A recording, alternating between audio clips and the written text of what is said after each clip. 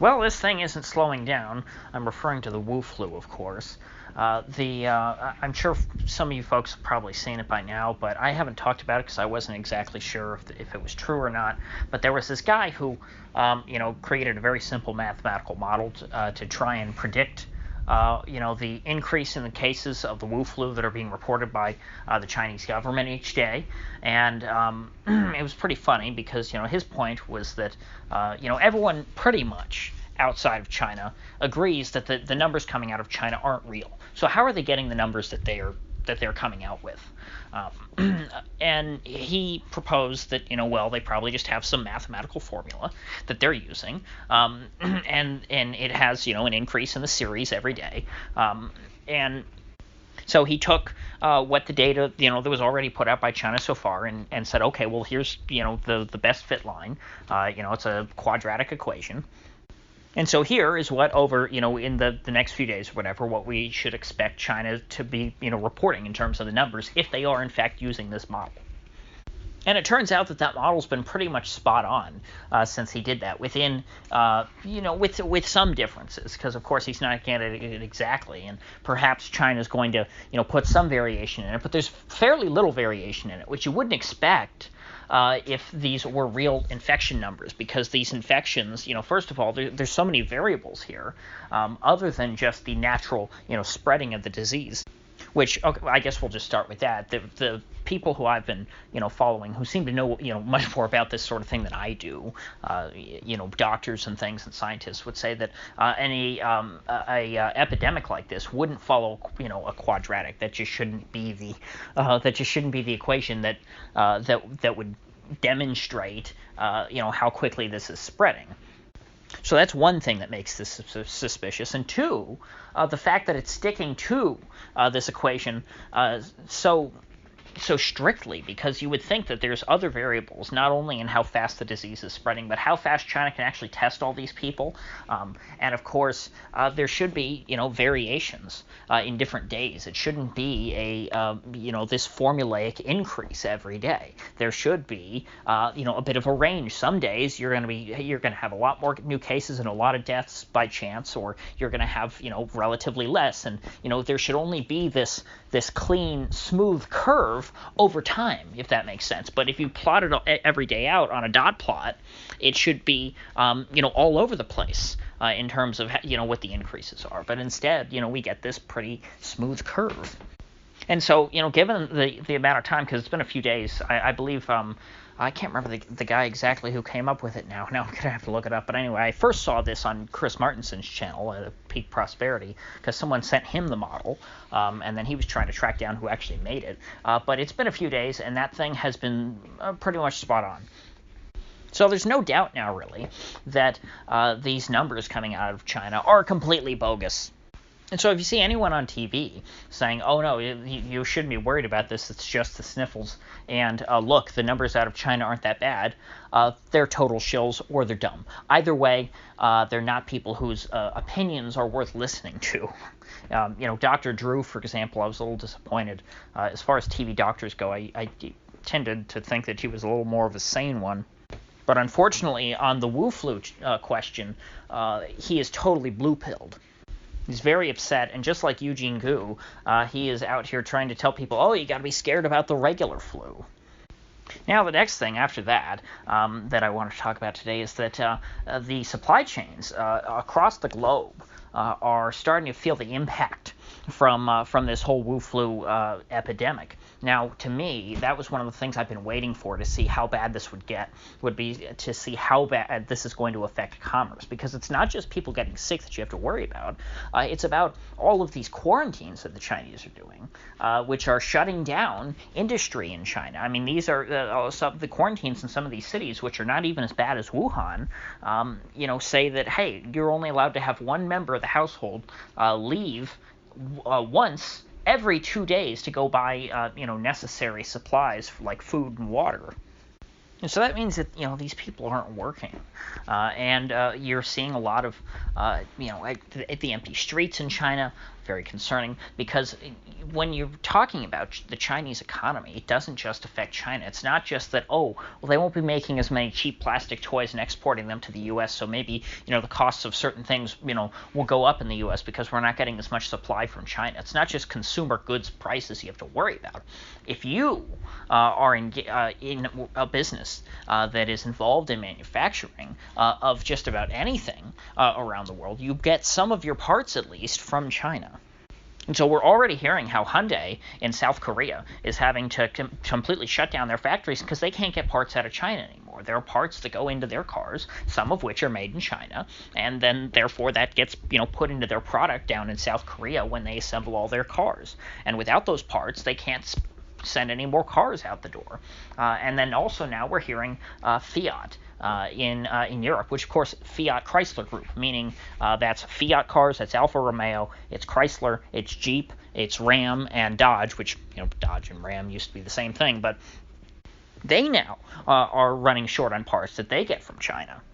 We don't live in a world anymore where we have, machines and things and goods that are all produced entirely in one factory that go from raw materials to finished goods. It's a combination of things, parts for individual things. The global economy has become so specialized that you have entire factories that just put out, say, circuits or chips or wires or whatever, and nobody makes everything for their product for the most part all in-house. And I actually know some folks that are involved in a business that are having to deal with China, and their shipments are getting delayed. They're saying that they're hoping that things might get moving again by April. But of course, that's just the arbitrary date that was set by the CCP to when they think that this whole coronavirus thing is might blow over. But they're most likely going to extend those dates on all these quarantines and things.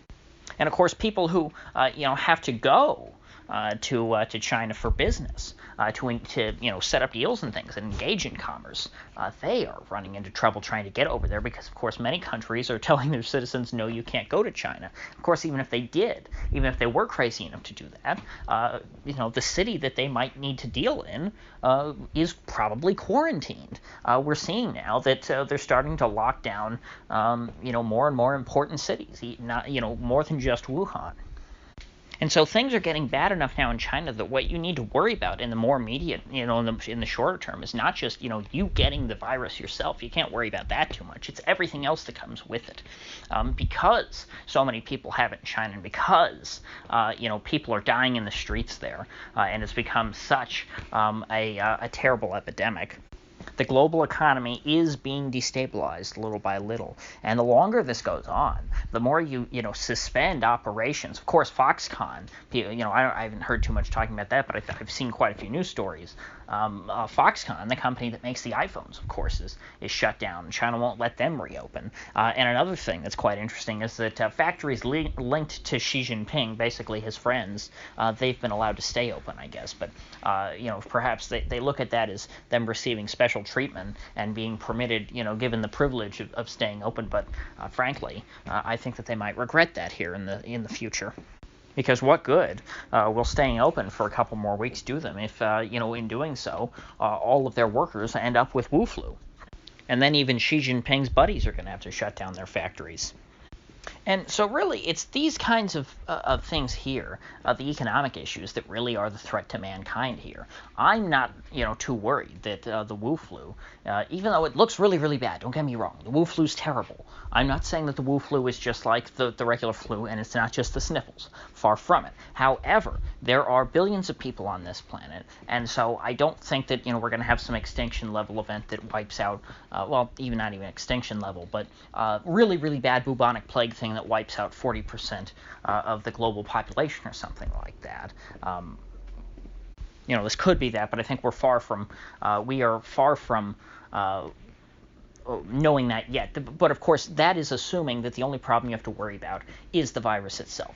Beyond the virus creates so much chaos in society. That's really where I think your big risks come from, because by destabilizing the economy like this, that is how you really have the breakdown that can lead to so much more excess death. It's just like the war in Iraq. If you look at just the number of people who were killed by bombs directly, who were blown up in Iraq, it's not nearly as bad as the people who died as a result of the breakdown in Iraqi society, and the inability to, get health care when they got sick and stuff like that, or people who got cholera because there was no clean water. The excess deaths in Iraq, range somewhere between, not just including excess deaths, ranges somewhere between like 500,000 and 1 million people ended up dying. That's a lot more people than were just killed, by U.S. soldiers with guns or by the U.S. Air Force, with their planes and their bombs. And so in this case, you can think of the Wu flu as, the soldier on the ground. You can think of Coronachan as being, that Saudi prince up in the air in his F-16 bombing, the little Afghan villages. And while that is the scariest thing to think about, that is the most terrifying thing when you're worried about what's going to kill you, in all likelihood, that's not directly what will kill you. It's all of the side effects of those bombs and of those bullets. In this case, a potential economic collapse, a global economic collapse. Because remember, over the last 10 years, what the narrative has been since 2008 was that all countries were really growing at the same rate. We had synchronized global growth, so not the same rate, but at the same time.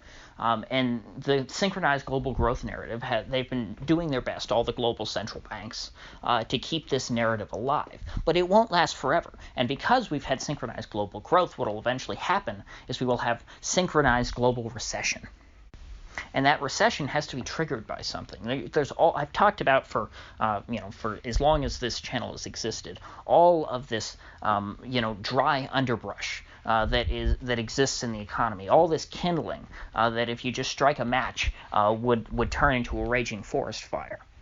It takes some catalyst, like perhaps this Wu flu thing, an exogenous shock into the economy that can be the spark that sets this whole thing ablaze. Because right now, folks are still trying to mitigate this. The business leaders around the world are looking for alternatives to China while all this is going on. They're trying to see if they can get their parts from places like Vietnam or Malaysia, but all those other countries in Southeast Asia around China that are industrializing and catching up to China are not going to be able to fill the void left by the massive juggernaut that is China, one of the world's second largest economy. So with that said, if you get anything of value out of this video, I'd appreciate you clicking that like button and sharing this video. And if you haven't already, please do subscribe because I do upload every day and I'd hate to have you miss one. So I'll see you folks back here tomorrow.